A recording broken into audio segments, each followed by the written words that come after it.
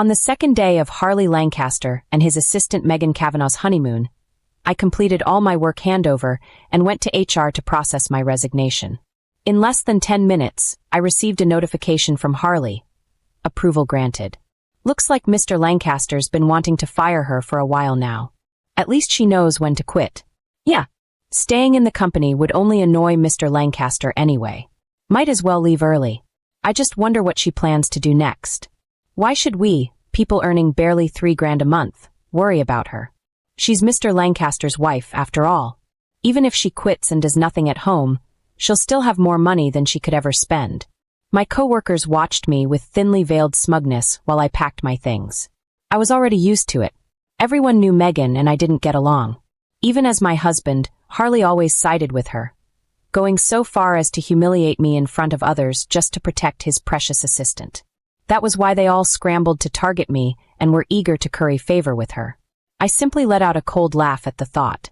Sorry to disappoint, but I'm not just quitting. I'm switching jobs. Another company offered me double the salary, and the benefits are far better than what I've got here. With that, I ignored their jealous, sour expressions. I picked up my neatly packed personal items and walked out of the company. But the moment I stepped out the front door, Harley called. I was still debating how to explain the resignation, but he spoke as soon as I answered the call. I sent you a file. Finish it within an hour and send it to me. So he didn't even know I'd resigned. I couldn't help but laugh and open the file. It was the project I'd recently handed over to Megan. As always, he allowed her to take the credit and the recognition while I did the work. And if anything went wrong, the blame fell on me. I'd tried to refuse at first, but Harley had pulled every trick in the book to persuade me. When I stood firm and wouldn't give in, he gave me the silent treatment for days. He refused to speak to me on purpose. Before I got married, my parents often told me that in a marriage, one person would have to be the first to back down. I didn't want things between us to become strained, so in the end, I gave in and took over. I truly believed that one day, Harley would understand all the hard work I had done. But this time, when he picked a fight with me and gave me a 3-month-long silent treatment just to get Megan promoted, I finally started to lose hope. Even when I came down with a fever of 104 degrees Fahrenheit and was rushed to the hospital, he didn't so much as glance at me. All he cared about was forcing me to hand over the multimillion-dollar project I'd spent a month grinding through, just so Megan could take it. That was when I completely gave up. I'm not at the office, I replied calmly. Not at the office? Harley's voice turned cold. If I'm not mistaken, it's working hours, isn't it, Tiana? Do you know that according to company policy, leaving your post without permission during work hours means losing a day's pay? I know, but I was just about to tell him I'd quit when Megan's gentle voice came from the other end of the line. Harley, if Tiana doesn't want to do it, don't force her. Let me handle it instead. No. You worked late last night. You need to rest today. Harley's tone softened. It was completely different from how he'd just spoken to me. Megan tried to insist she wasn't tired, but Harley was firm. I'm your boss. When I tell you to rest, that's an order. Are you going to disobey me? Megan stuck out her tongue playfully. I just feel bad for Tiana. The work might be too much for her. She's got it easier than you. You're on business trips still sorting contracts, while she's sitting around the office doing nothing all day. And besides, she's my wife. She owns part of the company. Isn't it only right for her to put in some effort? Harley sneered. With that one line, he erased all the hard work I'd ever done. I no longer felt anger, jealousy, or devastation like I used to, just numbness. After all, this wasn't the first time. Seeing that I had stayed silent, Harley assumed I'd agreed. His tone softened a little. Tiana, do you really think I'm just giving you work? I'm trying to train you. After all, you're my wife. You should have more drive and a stronger sense of responsibility toward the company. You should really learn from Megs. She worked until 4 a.m. yesterday.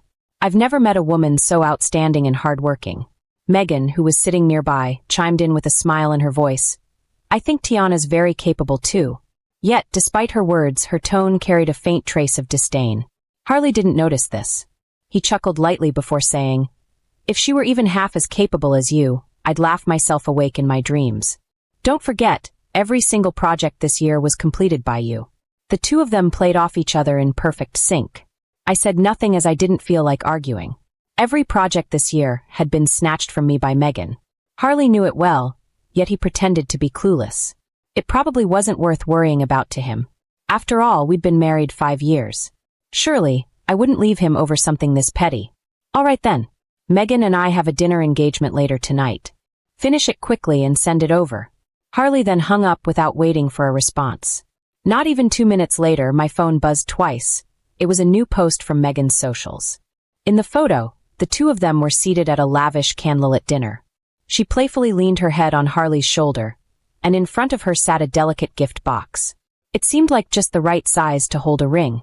I scrolled down a bit more and saw the post Megan had shared the night before. At 4 a.m., she and Harley were still drinking and having a great time at a bar. So the hard work Harley praised her for was drinking? And the so-called business dinner later, that night, was nothing more than a date. I let out a cold laugh, not even bothering to confront Harley about it. What was the point? He always had some excuse ready. Not to mention, even if I managed to shut him up with the truth, what came next was never an apology or any sign of remorse. It would be just another round of silent treatment. Every time, it was up to me to find ways to smooth things over. Thinking back now, all that time spent trying to fix things would have been better spent focusing on myself and finding ways to make money. After all, feelings could always change, but money would never betray you. With that thought, I left the company and began considering what to do next. However, just as my car pulled out of the parking lot, my phone buzzed twice. I opened it to see a payment notification. Harley had just charged $200,000 to my card. Again, everyone thought I was with Harley for his money. But in truth, all my cards were in his hands. He claimed his money had to be used for the company. So for all these years, every expense and payment came from my salary and side income. I believed that a family should be built and maintained by both people together. It wasn't about who gave more or who gave less, so I never argued with him over it. Then, recently, I realized something strange. Despite having a high income, I never managed to save any money. In fact, I was constantly running short. I couldn't hold back anymore, and went through my transaction history. That was when I discovered that Harley had been using my card to buy gifts for Megan. He'd bought her limited edition lipsticks worth over $1,000 and luxury brand bags costing tens of thousands of dollars. He even booked out an entire 5-star hotel to celebrate her birthday, spending well over $100,000 that night. Meanwhile, he couldn't even bear to buy me new clothes to replace the ones I'd worn for 2 years after all these years. He'd call anything over $100 expensive. Instead, he'd scribble a card for me and say we needed to save money for our future. I couldn't stop myself from confronting him about it. At the time, Harley's face turned dark. He yelled at me for not trusting him, gave me the silent treatment, and swore he'd never spend another cent of my money again. Thinking about all that, I still wanted to give Harley a call. I dialed over 10 times, yet he didn't answer once. Since this was the case, I didn't hesitate anymore. I went straight to the bank and froze the card. Just like that, Harley called me less than a minute later. I was busy just now and didn't see your calls. What's going on? He asked, feigning innocence. My tone was calm as I said, It's fine now. Oh, by the way, your card's having issues. It's been frozen, he said. I know. I didn't hide it and told him directly. I froze it. Why'd you freeze it for no reason? Do you have nothing better to do? Take it that way if you want. But didn't you say before that you wouldn't use my card again? Harley paused for a moment. After all, I never used to argue with him about money.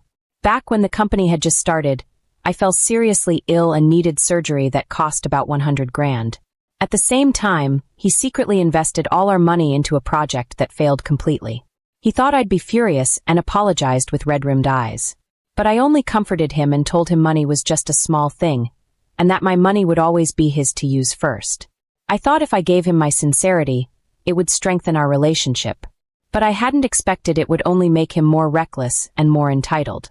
Still, Harley didn't seem to reflect much. After 2 seconds of silence, he let out a sigh. He seemed to feel guilty. Yet he was still trying to stay defiant. Fine, I get it. You're still mad I didn't go on the honeymoon with you, so now you're throwing a tantrum. Tiana Lancaster, I really thought you'd grown more mature, but you're still this petty. I promise you, after this, I'll drop everything and go on the honeymoon with you, okay? I didn't bring a card with me today. Go unfreeze it now. And don't be so unreasonable. That dinner tonight is really important. I'm giving you 10 minutes. Otherwise, I'll be angry. Afraid I wouldn't cooperate, Harley added that last threat right before hanging up. Every time he said he'd be angry, I always gave in and did what he wanted. But what he didn't know was, I was never afraid of his anger. I only stayed quiet because I knew he was busy with the company and didn't want to add to his stress. Only now did I realize that while I tried so hard to ease his burden, he brought all that stress upon himself. And if that was the case, why should I keep cleaning up after him? If you didn't bring your card, you can ask your secretary or Megan. This business trip was for her project anyway. It's not unreasonable to let her cover the cost, I replied. After sending the message, I turned off my phone and drove straight home to pack. The apartment was fully paid for by me, and I had chosen the layout and floor he liked. Back then, I'd originally planned to include his name on the property deed. But on a whim, almost like a whisper of instinct, I decided to register it under mine alone. Looking back now, I was grateful I'd left myself that way out. Once I finished packing, I listed the apartment with an agent. The next day, I went to the state court and handed the already signed divorce agreement to the clerk. When I first signed it, I'd still been wondering how to explain it to Harley. But as it turned out, he had rushed out of the house that day with his luggage in hand and barely glanced at the papers. He just flipped to the last page and signed his name. "Why don't you take a look at it first?" I had said, still clinging to a sliver of hope. "There's no need. You're my wife, don't tell me I can't trust you," he replied. I gave a bitter smile. The trust he claimed to have in me had never even come close to what he gave Megan. That so-called trust was just an excuse to brush me off. He was simply too busy catching a flight or too eager to rush off on a honeymoon with Megan. I handed in the documents and the clerk, Eloise Turner, told me she still needed Harley himself to confirm that the relationship had broken down before proceeding with the divorce process. I pulled out photos of Harley and Megan being affectionate together. Then I showed them the wedding portrait he had smashed because of Megan. But Eloise still shook her head. He must confirm it in person. That's the rule. Feeling helpless, I turned my phone back on. The moment it powered up, a flood of missed calls and unread messages from Harley popped up on the screen. Since I didn't unfreeze the bank card, he said everything he could, pleading, threatening, sweet-talking, then scolding. The final message was a furious rant, filled with curses, ending with a threat to divorce me. I then showed the messages to Eloise, but she still shook her head. I had no choice but to make the call. It rang for a long time before he finally picked up. "Harley, our relationship." "There is no relationship. Nothing you say now will matter. Unless you apologize to Megs, I'm definitely divorcing you this time," he snapped coldly, thinking I was just trying to comfort him like before. Then he hung up. Only then did Eloise believe me. Her expression shifted to one of sympathy as she accepted my paperwork and told me the divorce certificate would be ready in a month. I knew Harley didn't actually mean what he said about divorce. He was just using it as a threat. Any time he was unhappy with me, this was his go-to move. And every time, it was me who gave in by apologizing over and over. I would agree to all his demands just to make him back down. He was sure I didn't want a divorce. That's why it became his ultimate weapon. He thought he could always get what he wanted by dangling it over my head. Yet what he seemed to forget was that feelings were like money in a piggy bank. If you only ever withdrew from it and never deposited, one day, there would be nothing left. As I had listed the apartment at a low price, it sold in less than a week. I then visited the real estate agency to sign the paperwork. We agreed on the handover date with the buyer, and I returned home. Yet the moment I opened the door, I was met with a burst of laughter and cheerful voices echoing from inside. The matching couple slippers at the entryway were gone. In their place were a pair of high heels and Harley's favorite leather shoes, the ones Megan had given him for his birthday. That was when I realized that Harley and Megan were inside. Weren't they supposed to come back in 2 more days? Just as I was thinking that, Megan walked over, having heard the sound of movement. She was wearing my slippers and my pajamas. Her slightly messy hair was draped over her shoulders. Her posture seemed relaxed, like she was the true lady of the house. "Tiana, why are you back at this hour? Isn't it still working hours right now?" she asked casually. As she spoke, she popped a grape into her mouth and effortlessly spat the seed into the water glass beside her. I recognized it. It was from the matching couple's glass set Harley had given me. I used to love it so much that I would carry it around in my hands all day. Just then, Harley walked in from the living room. He saw Megan treating my cup like a trash bin and pretended not to notice. When he saw me, his expression flickered for a moment. It looked complicated at first. Then it quickly turned dark. "You skipped work again? Tiana, even if you're my wife, you can't keep doing this. That's a company, not our home. If you don't follow the rules, how am I supposed to manage everyone else?" "Rules?" I almost laughed. If we were talking about breaking rules, who could beat Harley at that? A year ago, just as the company was finally getting on track, Harley broke protocol and brought Megan, who had no industry experience, straight into upper management. I was confused, of course. Yet, when Harley said she had great potential, I chose to trust him and personally guided her. But every day at work, Megan did nothing except put on makeup or nap. After wasting her hours away, she would deliberately stay late into the night, then post a photo in the company group chat, pretending she was working overtime. I reported it to Harley before. He brushed it off, saying maybe she was just tired and needed a bit of relaxation. I asked him to keep an eye on her, but he said he didn't have time. I then suggested installing security cameras, but he told me it wasn't legal.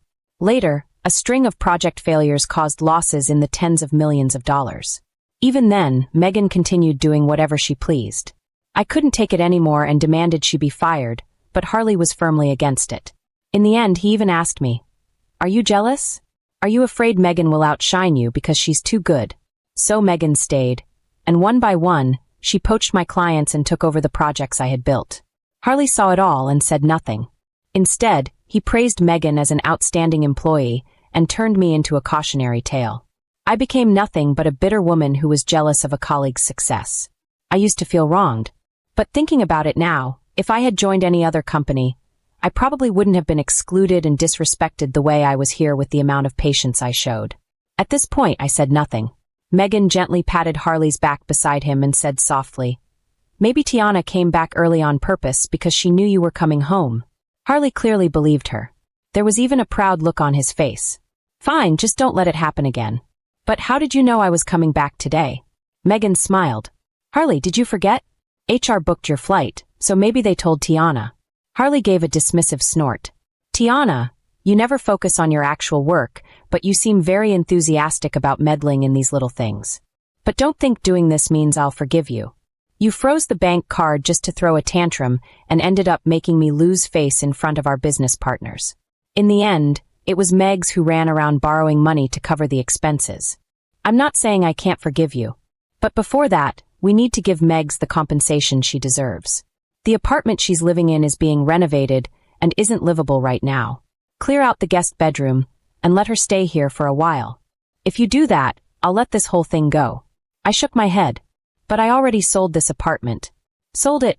Harley's eyes widened. Before he could ask anything, Megan jumped in first. "Tiana must be planning to sell this place and buy a bigger one as an apology gift for you, right?" Harley thought that made sense, and his expression immediately relaxed. "That's true. We've been living here for quite a while, so it is about time to get a bigger place. I'll pitch in for part of it. But don't sell this one just yet. It's perfect for Megs to use in the meantime." "That's too generous of you." "I'll pay rent at market rate," Megan said quickly. "What rent?" Harley's face darkened. "I'm your boss. How could I let you pay rent?" "Oh no, I insist. I should pay something. Then just a few hundred will be enough."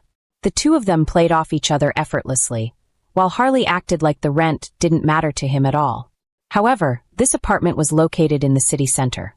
Its market rent was nearly 10 grand a month, and yet he could shrug it off so easily. Back when we were dating, he used to calculate every single expense for meals and movie tickets with me, down to the cent. The difference between being loved and unloved was painfully obvious. "So, if you agree, maybe I'll reconsider the divorce." "There's no need to reconsider." "How can that be? If I forgive you this easily, you won't learn your lesson. What if you go back to your old habits again?" Harley cut me off, assuming, just like always, that I was trying to make him change his mind about divorcing me. Megan giggled from the side. "You're right, Harley. But just for my sake, why don't you forgive Tiana? And come on, you and Tiana have been married for so many years. Wouldn't it be a shame to throw it all away now?" Harley pretended to consider it. Megan then leaned in and began gently shaking his arm. She playfully pestered him like a child. He told her to stop fooling around, but his face lit up with a grin. "Fine." He finally turned to me, clearly satisfied. "Since Megs is speaking up for you, I'll let it go this time. You should really thank her properly. After everything you've done to her, she's still willing to put the past behind and speak on your behalf. That settles it then. This whole divorce thing is now." "You misunderstood." I cut him off calmly before he could finish and placed the divorce agreement in front of him. "What I'm trying to say is that we're already divorced. The smile at the comber of Harley's lips froze. He then asked, "What do you mean? You're divorcing me?" His expression wasn't as pleased as I had once imagined. Surprisingly, there was even a trace of irritation. Megan only froze for a second, but a flash of delight quickly flashed in her eyes. Her tone, however, sounded like feigned reproach. "Tiana, why are you so bad with social cues? Harley brought up divorce earlier because he wanted you to persuade him, not because he actually wants to leave you. Quick, put that divorce agreement away. Don't make a scene. Harley's been working so hard and finally made it back home, so don't upset him now." It sounded like she was speaking up for me, but I knew exactly what she was doing. She was deliberately provoking Harley. She had used this tactic many times before, and it always worked. In the past, Harley had demoted me out of spite. He had even docked 2 months of my salary just to prove a point. I thought he'd do the same again and accept the divorce out of anger. But to my surprise, his face remained tense, and he said after a long pause, "I won't divorce you. Tiana, there's too much at stake between us, too many entangled interests." When I heard his words, I finally realized what he was truly worried about. It was the property division. But he seemed to have forgotten that when we first got married, he insisted on signing a prenuptial agreement. It stated that I wouldn't get a single cent of his assets if we ever divorced. Likewise, he couldn't touch any of my premarital properties either. I calmly interrupted him and began recounting each part of the decision we had made back then. "And perhaps you misunderstood me earlier. I said we're already divorced. You already signed this agreement quite some time ago." Harley froze, then immediately denied it. "That's impossible. I don't remember that at all." Seeing that he was still clinging to denial, I flipped to the last page, where his signature sat, scribbled carelessly across the bottom. Maybe it finally triggered a memory as his face slowly drained of color. "The thing you asked me to sign back then was a divorce agreement?" he asked. His eyes were wide in disbelief as he stared at me. I nodded, and I watched as the color continued to fade from his face. But wasn't this divorce exactly what he had always wanted? Why was he reacting like this now? Frankly, I didn't believe for a second that he'd never considered actually divorcing me. Seconds ticked by in silence. I thought he might just go along with it and finally agree to end things. Instead, he snatched the agreement and tore it to shreds within minutes. "I'm not divorcing you." His tone was resolute. His reaction left me puzzled, but also amused. Tearing it up won't change anything. The state court has already started processing it. The divorce certificate will be issued soon. When she heard that the divorce would be finalized soon, the smile on Megan's face grew even brighter. But her tone was filled with mock regret. "Oh no, Tiana, why are you being so impulsive? I really think Harley doesn't deserve it. If I had a boyfriend as wonderful as Harley, I'd never want to let him go." "Shut your mouth." Before Megan could finish, Harley, shockingly, cut her off with uncharacteristic fury. Megan froze where she stood. Her expression was one of shock. It was as if she simply couldn't believe what she had just heard. Well, who could blame her? Harley had always spoken to her gently, never raised his voice, and never said anything harsh. He was always afraid she might feel hurt. Even I was taken aback by how sharp his tone had just been. Perhaps realizing he had gone too far, Harley softened slightly and said to Megan in a calm voice, "This is between me and her. It's not your place to interfere. You should go back for now." But Megan refused. "Harley, did you forget? I can't stay at my rental for now. If your place is unlivable, go to a hotel. You're an adult. Don't tell me you can't even solve your own problems. What do you expect me to do? Magically conjure up a new apartment for you?" His tone was cold, and it showed no sympathy. But I noticed the subtle glance he shot Megan. He thought he was being discreet, but he didn't know I'd already found out that he had secretly bought a small house in the suburbs. Megan clearly understood the signal. She pouted, pretending to be wronged, and quietly slipped the keys from the pocket of Harley's coat, hanging on the rack into her bag before walking out the door. Even then, I didn't expose their little scheme. After all, I no longer cared about either of them. And even if I did, calling it out wouldn't change anything. That house, on paper, still belonged to Harley. What he did with it, and who he gave it to, was entirely his business. After Megan left, Harley let out a sigh. When he looked at me again, his tone had grown much softer. "Are you satisfied now? I know you don't really want a divorce. You are just angry because I've been too close to Megan. But there's nothing between her and me. I only felt sorry for her since she's all alone in this city. As her boss, I thought I should help her out. I admit that being close to her might have provoked you, but still we're the ones who are married. Everything I've done, it was to push you to become better." As he spoke, Harley walked toward me with a smile. He opened his arms, intending to hug me. I pushed him away without hesitation. "The handover for the house is in a month. I need this time to clean up the apartment properly. Since you're back, figure out how to move your things out on your own." His arms froze in midair. The smile on his face stiffened. "Tiana, what are you saying? I already made Megan leave. I've said everything I could, and you still want to sell. You still want a divorce?" The meant. He looked as if I'd just deeply hurt him. But during his last round of silent treatment, I was the one who had knelt before him in public just to get him to stay. I didn't say a word, but Harley thought my silence meant hesitation. Harley exhaled and said, "Even if you divorce me now, have you thought about what comes next? I admit I'm not perfect. But what if your next partner is worse than me? What will you do then?" I almost laughed. In his eyes, was love supposed to be a calculated risk? A transaction? Maybe that was just his business instinct. But if that were the case, then I couldn't understand one thing. When weighing me against Megan, what exactly did I lack?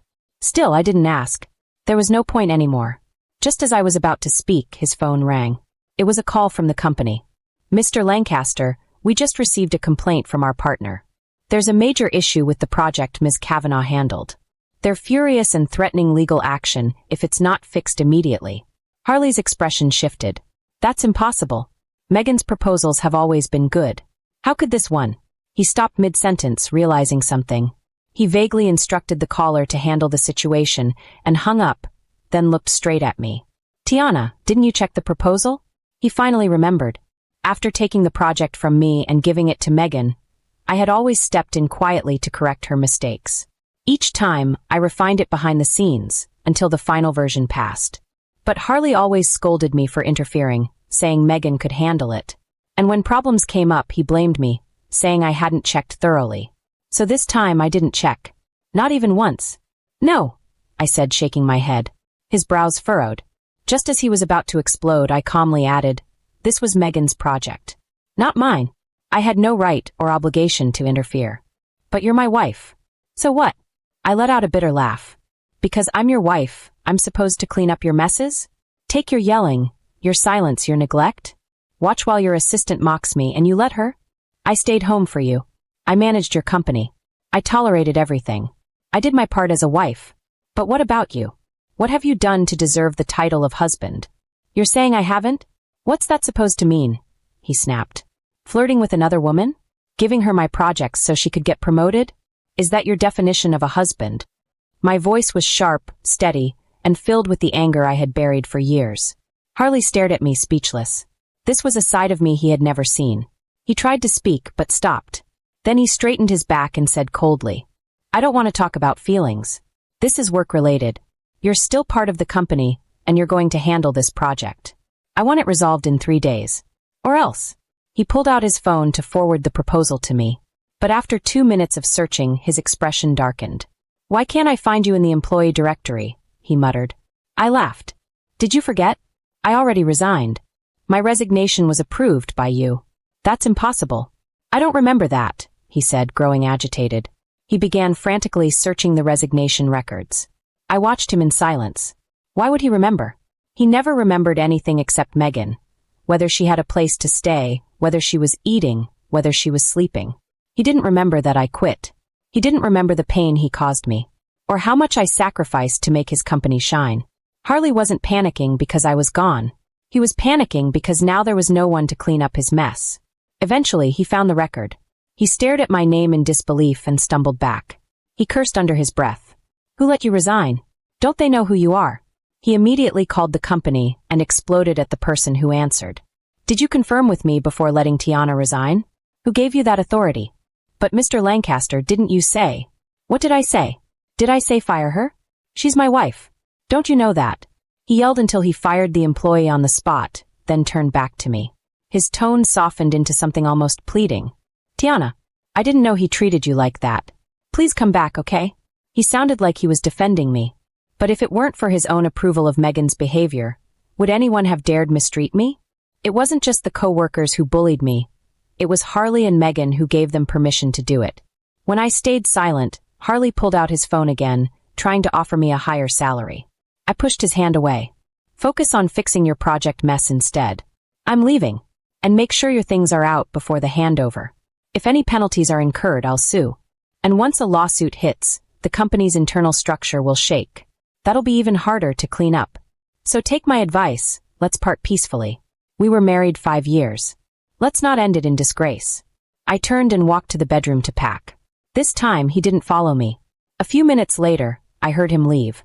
I finished packing and moved to the new apartment I had just rented. After 2 days of rest, I began job hunting. Truthfully, I had quit without another job lined up. My talk of switching companies was a lie. But to my surprise, within 2 days of uploading my resume, I received an offer, double my old salary, with benefits far beyond my expectations. I accepted and started right away. The handover of the apartment went smoothly. A large deposit arrived. Life became calm. No more emotional vampires. No more anxiety. I didn't have to worry about a husband giving my hard work to someone else. And Harley? He wasn't doing so well.